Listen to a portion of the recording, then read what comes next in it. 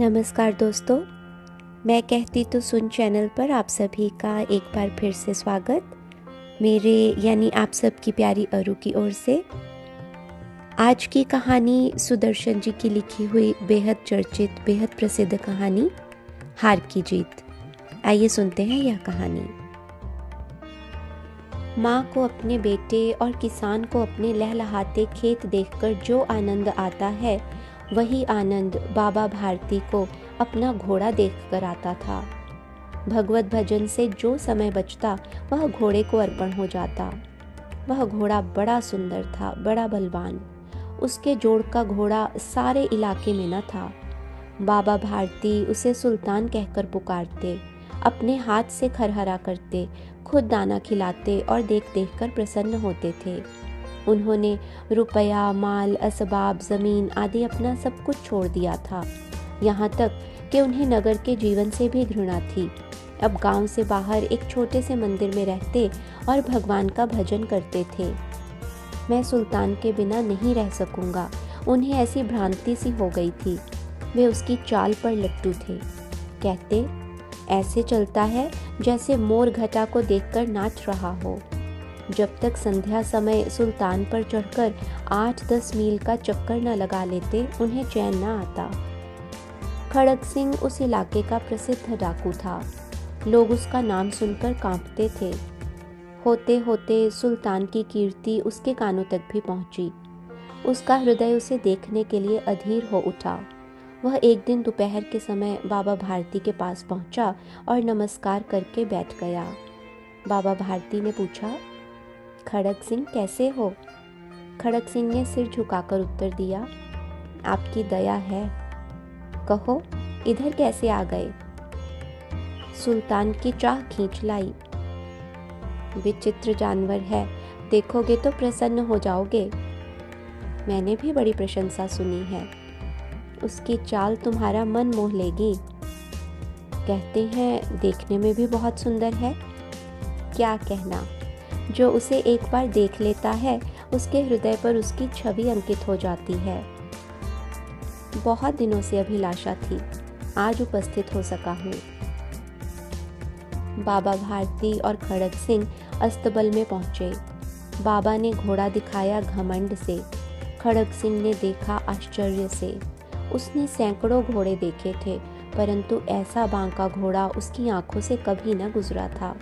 सोचने लगा, भाग्य की बात है, ऐसा घोड़ा खड़ग सिंह के पास होना चाहिए था। इस साधु को ऐसी चीजों से क्या लाभ? कुछ देर तक आश्चर्य से चुपचाप खड़ा रहा। इसके पश्चात उसके हृदय में हलचल होने लगी। बालकों की सी अधीरता से बोला, परंतु बाबा जी, इसकी चाल न देखी तो क्या?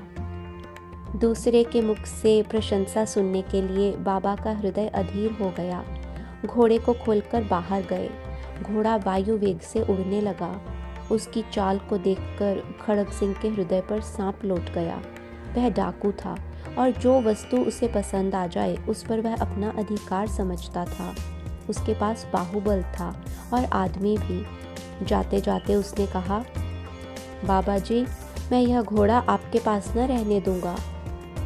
बाबा भारती डर गए। अब उन्हें रात को नींद न आती। सारी रात अस्तबल की रखवाली में कटने लगी। प्रति क्षण खड़ग सिंह का भय लगा रहता, परंतु कई मास बीत गए और वह न आया। यहाँ तक कि बाबा भारती कुछ असावधान हो गए और इस भय को स्वप्न के भय की तरह मिथ्या समझने लगे। संध्या का समय था। बाबा भारती सुल्तान की पीठ पर सवार होकर घूमने जा रहे थे। उस समय उनकी आंखों में चमक थी, मुख पर प्रसन्नता। कभी घोड़े के शरीर को देखते, कभी उसके रंग को, और मन में फूले न समाते थे। सहसा एक ओर से आवाज आई, ओ बाबा, इस कंगले की सुनते जाना। आवाज में करुणा थी। बाबा ने घोड़े को रोक लिया। देखा, एक अपाहिज वृक्ष की छाया में पड़ा कराह रहा है। बोले, क्यों, तुम्हें क्या कष्ट है? अपाहिज ने हाथ जोड़कर कहा, बाबा, मैं दुखियारा हूँ, मुझ पर दया करो। रामावाला यहाँ से 3 मील है, मुझे वहाँ जाना है। घोड़े पर चढ़ा लो, परमात्मा तुम्हारा भला करेगा। वहाँ तुम्हारा कौन है? दुर्गादत्त वैद्य का नाम आपने सुना होगा, मैं उनका सौतेला भाई हूँ। बाबा भारती ने घोड़े से उतरकर अपाहिज को घोड़े पर सवार किया और स्वयं उसकी लगाम पकड़कर धीरे धीरे चलने लगे। सहसा उन्हें एक झटका सा लगा और लगाम हाथ से छूट गई। उनके आश्चर्य का ठिकाना न रहा जब उन्होंने देखा कि अपाहिज घोड़े की पीठ पर तनकर बैठा है और घोड़े को दौड़ाए लिए जा रहा है। उनके मुख से भय, विस्मय और निराशा से मिली हुई चीख निकल गई। वह अपाहिज डाकू खड़ग सिंह था। बाबा भारती कुछ देर तक चुप रहे और कुछ समय पश्चात कुछ निश्चय करके पूरे बल से चिल्लाकर बोले, जरा ठहर जाओ। खड़ग सिंह ने यह आवाज़ सुनकर घोड़ा रोक लिया और उसकी गर्दन पर प्यार से हाथ फेरते हुए कहा, बाबा जी, अब यह घोड़ा न दूंगा, परंतु एक बात सुनते जाओ। खड़ग सिंह ठहर गया। बाबा भारती ने निकट जाकर उसकी ओर ऐसे आंखों से देखा जैसे बकरा कसाई की ओर देखता है और कहा, यह घोड़ा तुम्हारा हो चुका है। मैं तुमसे इसे वापस करने के लिए न कहूँगा, परंतु खड़ग सिंह, केवल एक प्रार्थना करता हूँ, इसे अस्वीकार न करना, नहीं तो मेरा दिल टूट जाएगा। बाबा जी, आज्ञा कीजिए, मैं आपका दास हूँ, केवल घोड़ा न दूंगा। अब घोड़े का नाम न लो, मैं तुमसे इस विषय में कुछ न कहूँगा। मेरी प्रार्थना केवल यह है कि इस घटना को किसी के सामने प्रकट न करना। खड़ग सिंह का मुंह आश्चर्य से खुला रह गया। उसका विचार था कि उसे घोड़े को लेकर यहाँ से भागना पड़ेगा, परंतु बाबा भारती ने स्वयं उसे कहा कि इस घटना को किसी के सामने प्रकट न करना, इससे क्या प्रयोजन सिद्ध हो सकता है। खड़ग सिंह ने बहुत सोचा, बहुत सिर मारा, परंतु कुछ समझ न सका। हार कर उसने अपनी आंखें बाबा भारती के मुख पर गड़ा दी और पूछा, बाबा जी, इसमें आपको क्या डर है? सुनकर बाबा भारती ने उत्तर दिया, लोगों को यदि इस घटना का पता चला तो वे दीन दुखियों पर विश्वास न करेंगे। यह कहते कहते उन्होंने सुल्तान की ओर से इस तरह मुंह मोड़ लिया जैसे उनका उससे कभी कोई संबंध ही न रहा हो।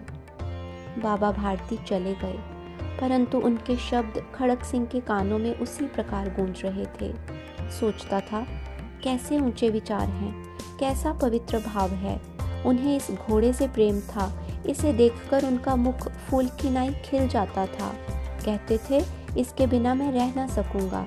इसकी रखवाली में वे कई रात सोए नहीं, भजन भक्ति न कर रखवाली करते रहे, परंतु आज उनके मुख पर दुख की रेखा तक दिखाई न पड़ती थी।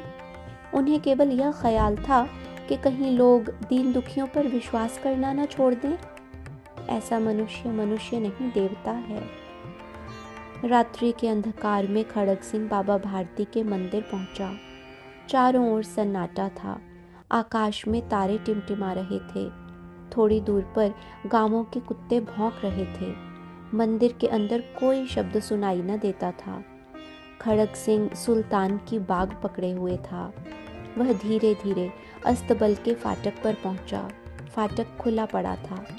किसी समय वहां बाबा भारती स्वयं लाठी लेकर पहरा देते थे, परंतु आज उन्हें किसी चोरी, किसी डाके का भय न था। खड़ग सिंह ने आगे बढ़कर सुल्तान को उसके स्थान पर बांध दिया और बाहर निकलकर सावधानी से फाटक बंद कर दिया। इस समय उसकी आंखों में नेकी के आंसू थे। रात्रि का तीसरा पहर बीत चुका था। चौथा पहर आरंभ होते ही बाबा भारती ने अपनी कुटिया से बाहर निकल ठंडे जल से स्नान किया। उसके पश्चात इस प्रकार जैसे कोई स्वप्न में चल रहा हो, उनके पांव अस्तबल की ओर बढ़े, परंतु फाटक पर पहुंचकर उनको अपनी भूल प्रतीत हुई। साथ ही घोर निराशा ने पांव को मन भर का भारी बना दिया। वे वहीं रुक गए। घोड़े ने अपने स्वामी के पांवों की चाप को पहचान लिया और जोर से हिनहिनाया। अब बाबा भारती आश्चर्य और प्रसन्नता से दौड़ते हुए अंदर घुसे और अपने प्यारे घोड़े के गले से लिपटकर इस प्रकार रोने लगे मानो कोई पिता बहुत दिन से बिछड़े हुए पुत्र से मिल रहा हो। बार बार उसकी पीठ पर हाथ फेरते, बार बार उसके मुख पर थपकियां देते, फिर वे संतोष से बोले, अब कोई दीन दुखियों से मुंह न मोड़ेगा। धन्यवाद दोस्तों।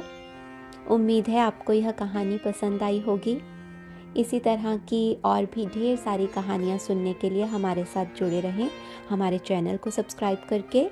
शीघ्र ही नई कहानी के साथ फिर मुलाकात करेंगे। तब तक के लिए नमस्कार।